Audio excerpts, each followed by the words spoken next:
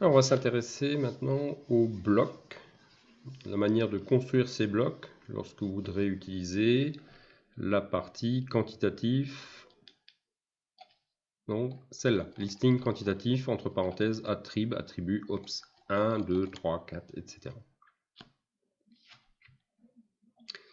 Je vais ranger ma palette d'outils. Voilà.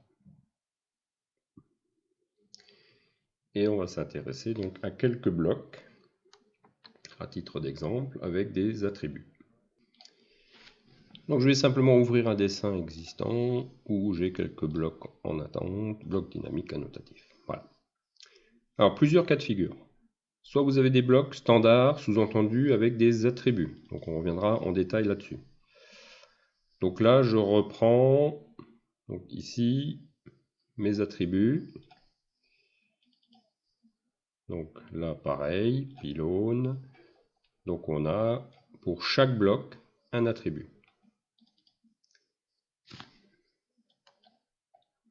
Les blocs annotatifs et les blocs standards, donc les blocs annotatifs, AutoCAD, il les gère sans problème.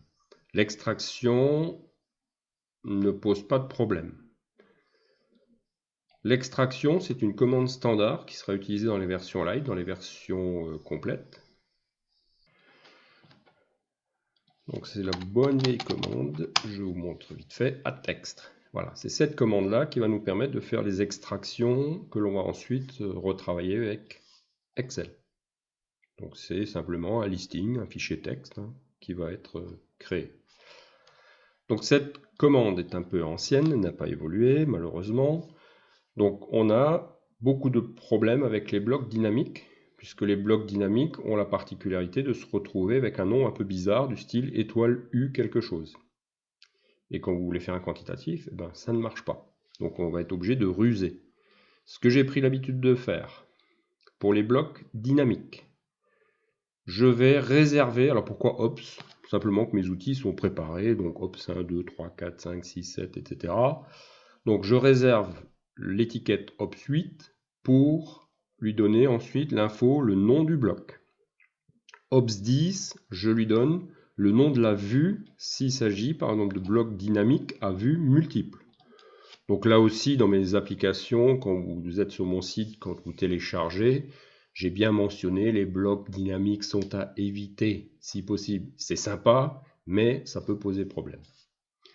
Donc je suis obligé de contourner le problème en rajoutant, enfin en créant ces étiquettes ops 8, ops 10, et on verra dans le fichier Excel de traitement, c'est prévu pour justement faire un tri particulier. Donc première étape, on va éditer ce bloc. Hop, éditer. Donc je suppose que vous êtes tous des virtuoses des attributs.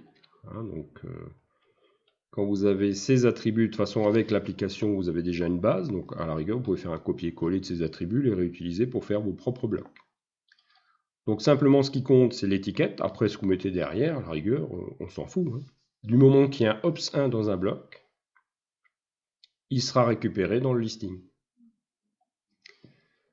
Si j'utilise cette fonction listing quantitatif tout à l'heure. Donc on place nos attributs. Si vous voulez vraiment créer de A à Z vos attributs, ce sera dans dessin, bloc, définir les attributs. Donc moi je vous rappelle que je suis un adepte de l'AutoCAD classique. Je ne reviens pas là-dessus. Définir les attributs.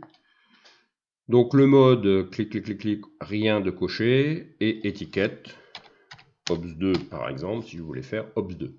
Ça suffit. On n'a pas besoin forcément de mettre quelque chose, sauf bien sûr si quand on insère le bloc, il faut répondre quelque chose de bien précis pour ops 2. Ça pourrait être par exemple marque, la marque du fabricant. Voilà. J'annule. Et on crée comme ça autant d'attributs que nécessaire, en laissant donc en réserve ops 8, ops 10. Particularité d'ops 8.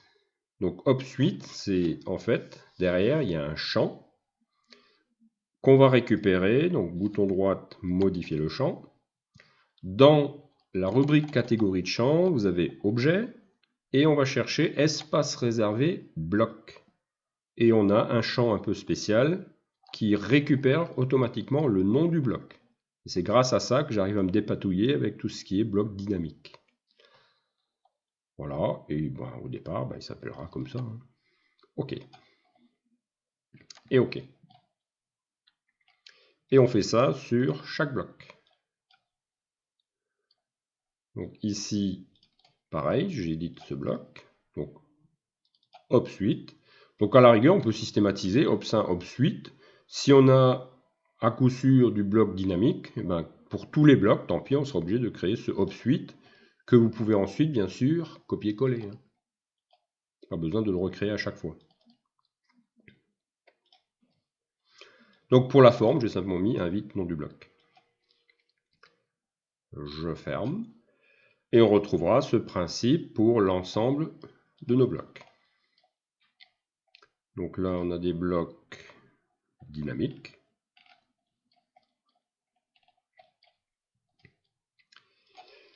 Voilà, voilà, OP8, voilà, pareil, le nom du bloc, etc.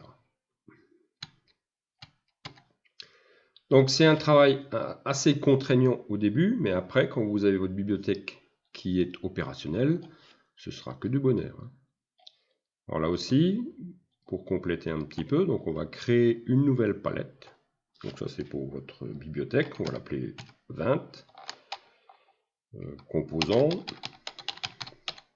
Et toujours mes petites habitudes, version 1.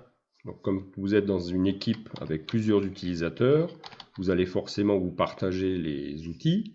Et puis quand vous demandez aux collègues, tiens, t'as quelle version? La version 3. Mais non, dommage, on est à la version 6. Voilà. Donc ça permet de voir à quel niveau on est. C'est fait. Donc du moment que mon dessin est enregistré, il suffit de glisser le bloc sur la palette. Et petit rappel au passage,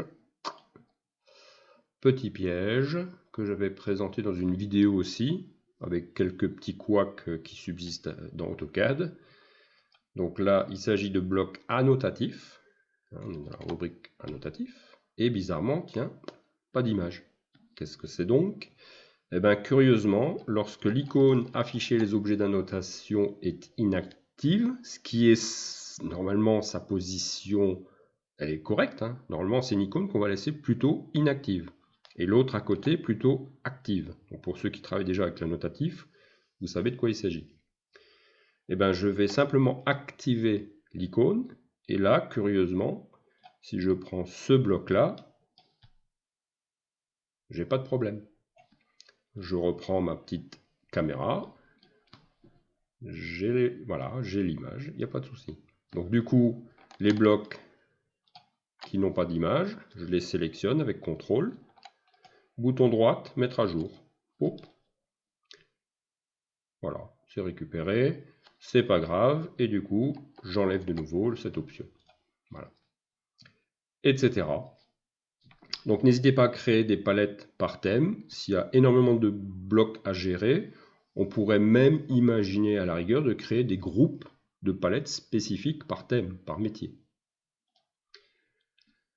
Et ensuite, quand vous voulez transmettre une palette à vos collègues, bouton droite sur le titre, personnaliser, bouton droite sur ma petite palette composants et exporter.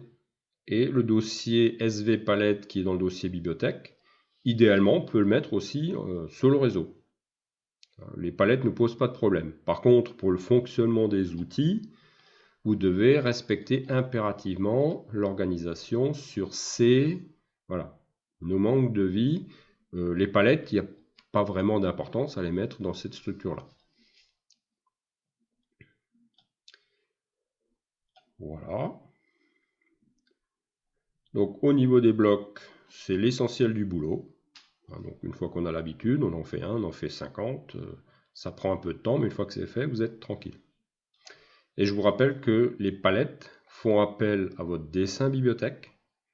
Donc ça, c'est mon dessin de base, c'est ma base de données, ce sont mes différents blocs. Et il faudra bien sûr que les collègues aient accès à ce fichier bibliothèque.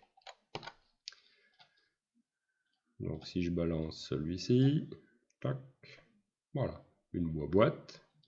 Donc là, c'est des blocs dynamique à vue multiple. Donc c'est le même bloc avec plusieurs représentations, tout simplement. Et là, c'est un bloc avec un changement dimensionnel. Voilà. On va faire une petite séparation, un petit séparateur, juste pour faire joli.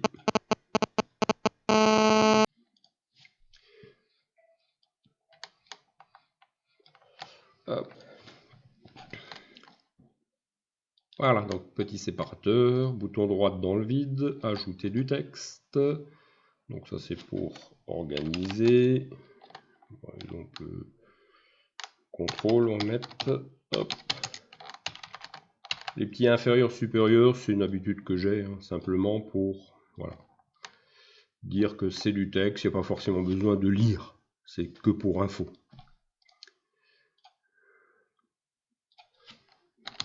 Coffret. Voilà, et ce que je fais toujours au début, je me mets également donc composant et version 1. Voilà, comme ça je sais dans quelle palette je me trouve, puisqu'à un moment donné, plus il y aura de palettes et plus l'onglet sera étroit. Et ça deviendra très vite illisible. Il ne restera plus que les numéros pratiquement. Donc ça aussi c'est dommage, les palettes mériteraient quelques changements, un peu de modernisation, puisque quand il y a 50 outils dans la même palette, ça fait du monde. En plus, vous remarquez que les ascenseurs sont de plus en plus étroits. Faut pas se louper, quoi. Voilà, donc on prépare comme ça toutes nos palettes par thème. Et après, il n'y a plus qu'à réaliser le plan, implanter les différents blocs. On va passer donc maintenant à la partie listing. À partir d'un plan, faire le quantitatif.